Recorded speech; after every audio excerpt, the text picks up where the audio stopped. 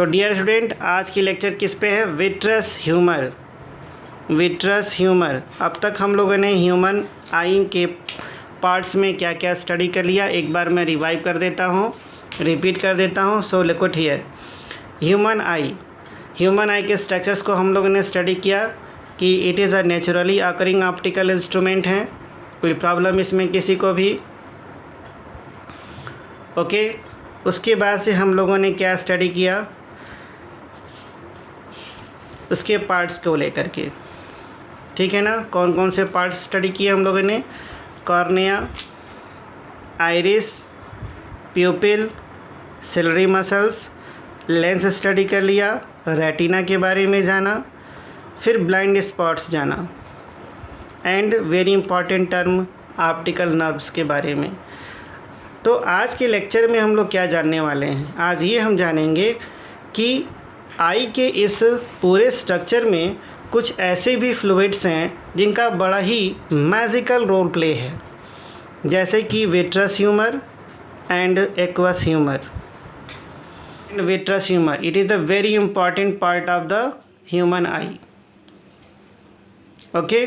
सो आज हमने अब तक क्या पढ़ लिया था? एक्वस ह्यूमर के बारे में स्टडी कर लिया था। कैसा, इसके बारे में क्या जाना था कि the fluid is present between cornea and lens. तो लेंस और कॉर्निया के बीच में जो लिक्विड प्रेजेंट है, जो फ्लूइड प्रेजेंट है, हम उसे क्या कहते हैं? एक्वस ह्यूमर कहते हैं। क्या कहते हैं उसे? Aqueous humour. और मैंने इसकी जगह दिखाई भी थी इस फिगर में कि ये जो पार्ट आप देख रहे हैं, ये जो पार्ट है, यहीं पर क्या है? कॉर्निया और लेंस के बीच का ये जो पार्ट है, यहीं पर क्या होता है? एक्वस ह्यूमर होता है। अब हम आज स्टडी करेंगे विट्रस ह्यूमर को। ओके। विट्रस ह्यूमर क्या कहता है कि the fluid is present between the lens and retina, so called it is the vitreous humour. So look it here, position किसकी है? लेंस की है। और ये वाली जो पोजीशन है वो किसकी है? रेटिना की। सही। तो इसी के बीच का ये जो पार्ट है, इसी में क्या होता है? विट्रस ह्यूमर होता है।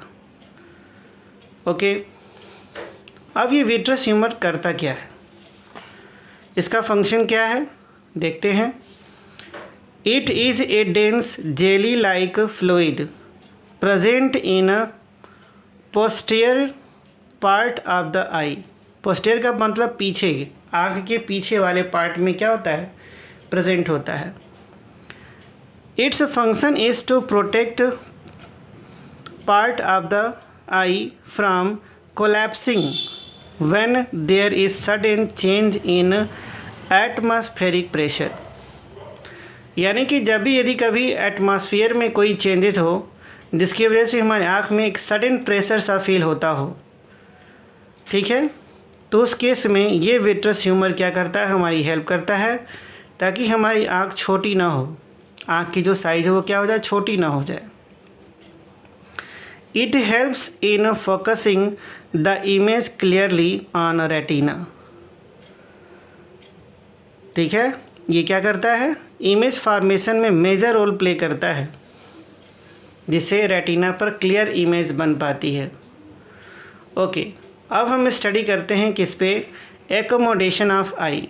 एकोमोडेशन ऑफ आई का मतलब है पावर ऑफ एकोमोडेशन।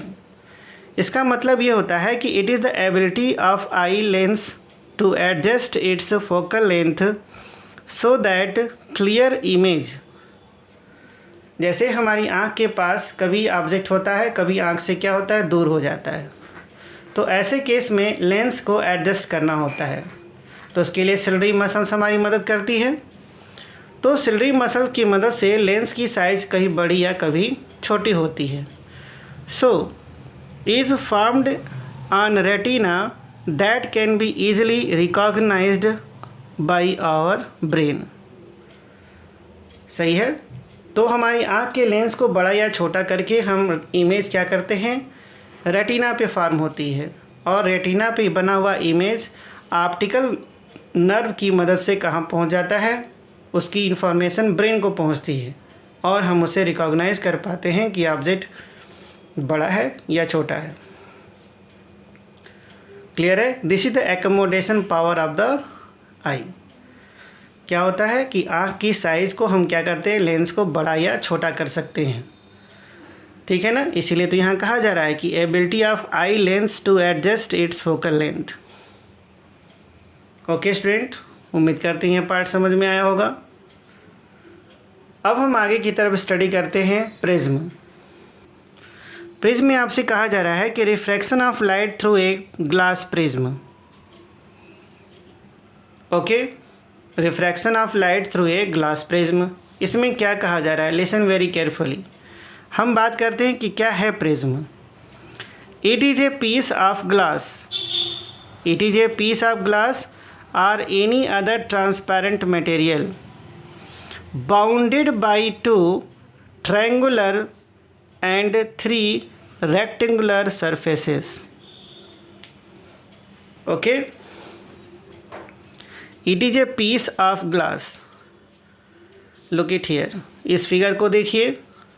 इस फिगर में क्या है, हमने यहाँ पर एक ज्योमेट्री तैयार की है प्रिज्म की। तो ये जो आप देख रहे हैं, ये ट्रायंगुलर शेप जैसा दिख रहा है, ये एक प्रिज्म है जो पूरी तरह से ग्लास मटेरियल का बना होता है, या फिर ऐसा मीडियम हो सकता है जो पूरी तरह से ट्रांसपेरेंट हो। ट्रांसपेरेंट इन द सेंस जिस मीडियम में लाइट ट्रेवल और इंटर और एग्जिट कर जाए, हम उस तरह के मीडियम को यूज़ कर सकते हैं प्रिज्म बनाने के लिए। Okay, so come on the point. यहाँ पे क्या कहा जा रहा है आपसे कि it is a piece of glass और any other transparent material bounded by triangular and 3 rectangular surfaces. So आइए इस फिगर में देखते हैं। Look it here. अगर आप बहुत ध्यान से देखेंगे तो ये ADBE ये पहला रेक्टेंगल सरफेस हो गया, ADFC ये दूसरा रेक्टेंगल सरफेस है, और ये जो बेस है, ये जो बेस आप देख रहे हैं BEFC ये नीचे का जो बेस है वो भी कैसा है, रेक्टेंगल है। लिसन वंस अगेन, ABED ये जो फेस आप देख रहे हैं ये भी रेक्टेंगल है, और ये वाला भी फेस कैसा है, रेक्टेंगल है, और ये नीचे का बेस भी कैसा है, रेक्टेंगल है। तो इस तरह से एक प्रिज्म में 3 रेक्टेंगल सरफेस होते हैं। ओके, और ABC और इसके पीछे DEF ये 2 क्या है, ट्रायंगुलर सरफेस हैं। क्लियर है स्टूडेंट? अब हम बात करते हैं किसकी, किसकी बात करेंगे, रिफ्रैक्शन सरफेस की बात करेंगे। The rectangular surfaces are known as refraction surfaces. The rectangular surfaces are known as refraction surfaces. Clear? तो लुक इट हियर, इस फिगर में देखिए, यहाँ इस फिगर में देख सकते हैं आप, यहाँ पे मैंने क्या बनाया है, ये देखिए ADBE ये जो सरफेस है हम इसे क्या कहेंगे, रिफ्रैक्टिंग सरफेस कहेंगे। ADFC ये क्या कहलाएगा, रिफ्रैक्टिंग सरफेस कहलाएगी। क्लियर है स्टूडेंट? अब आगे बढ़ते हैं। टर्म है एंगल ऑफ प्रिज्म। अब हमें क्या स्टडी करना है, एंगल ऑफ प्रिज्म, और इसमें क्या है, the angle between the 2 given refracting surfaces is called refraction angle या फिर angle of prism. So look it here, इस फिगर में आप ये रिफ्रैक्टिंग सरफेस देख रहे हैं, ADFC रिफ्रैक्टिंग सरफेस है, ADBE रिफ्रैक्टिंग सरफेस है। तो ये जो एंगल है, ये जो एंगल आप देख रहे हैं यहाँ पे बना हुआ, ये जो एंगल आप देख रहे हैं यहाँ बना हुआ है, हम इसे क्या कहते हैं, रिफ्रैक्टिंग एंगल कहते हैं, जिसे हम प्रिज्म एंगल भी कहते हैं। ओके, अब बारी किसकी है, रिफ्रैक्टिंग एज की।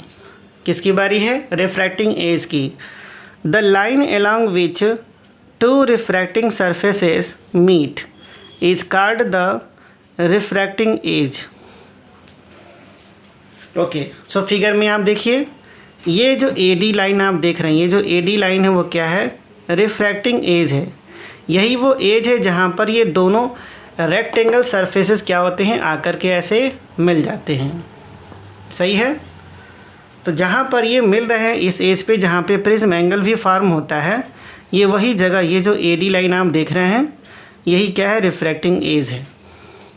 Okay, principal section of prism ये कहता है कि any section of the prism which is perpendicular to the refracting edge. Principal section of prism में क्या होता है, any section of the prism which is perpendicular to refracting edge is called principal section of prism, is called principal section of prism. Okay, look it here, any section of the prism which is perpendicular to refracting edge। ये जो refracting edge है इसका perpendicular section कौन सा होगा, ABE। इसका perpendicular section कौन सा होगा, DEF। हम इसे ही क्या कहते हैं, principal section of prism. Okay, अब इस फिगर को देखिए, यहाँ पे एक प्रिज्म डिजाइन किया है ABC, यही क्या है, principal section of the prism है। यहाँ पर रे EF इंसिडेंट करी, बेस के पैरेलल हो गई और उसके बाद से इमर्जेंट हो गई। तो यहाँ पे मैंने क्या लिखा, EF क्या है, इंसिडेंट रे, FG क्या है, रिफ्रैक्टेड रे, और ये GJ जो बाहर निकल गया हम उसे क्या कहते हैं, इमर्जेंट रे। ये जो A है वो क्या बनी, एंगल ऑफ प्रिज्म हो गई। यहाँ एंगल क्या है, इंसिडेंट हुई है, तो ये एंगल ऑफ इंसिडेंट हो गया। अब ये जो R आप यहाँ देख रहे हैं, स्मॉल r, ये क्या है, एंगल ऑफ रिफ्रैक्शन। यहाँ जो E देख रहे हैं वो E क्या है, एंगल ऑफ इमर्जेंस। सही है।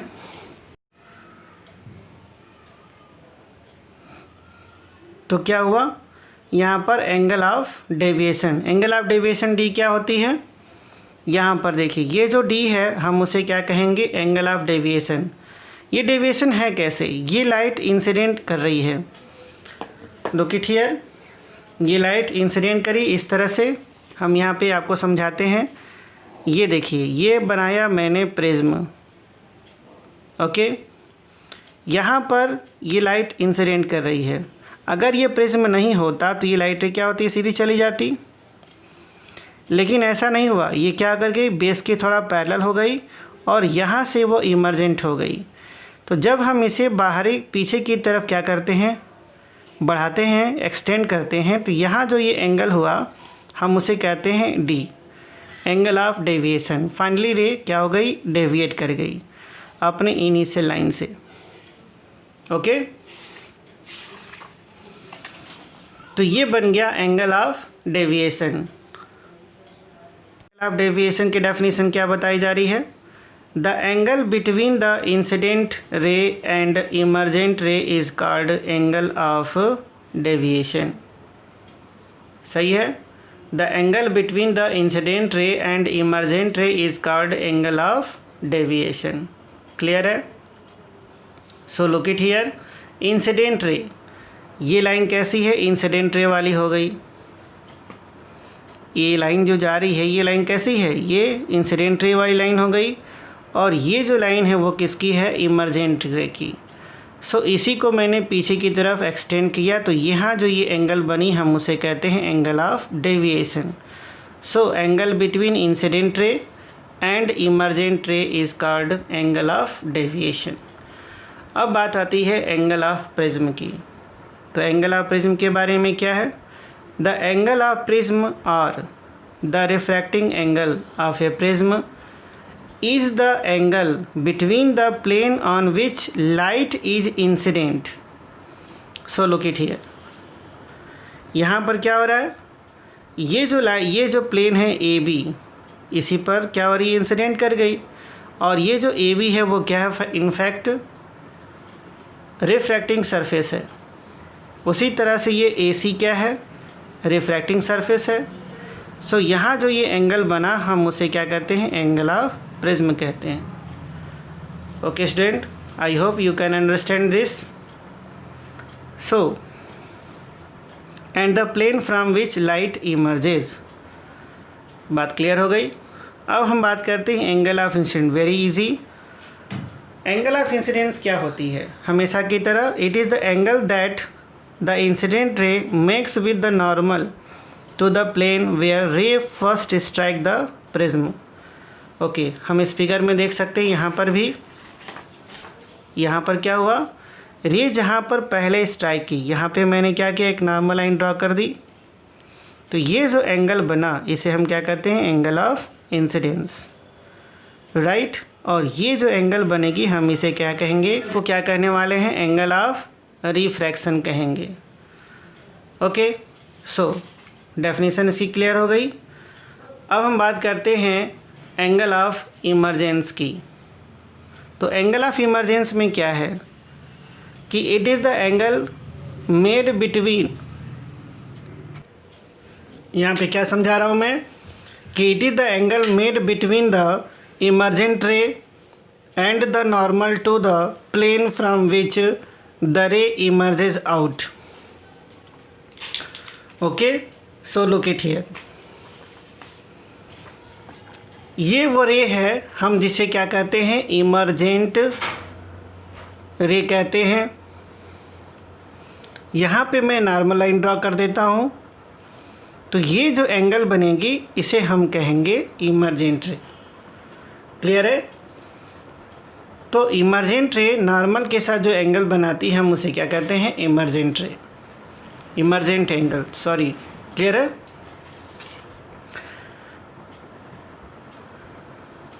सो डियर स्टूडेंट, यहाँ तक ये क्लियर हुआ।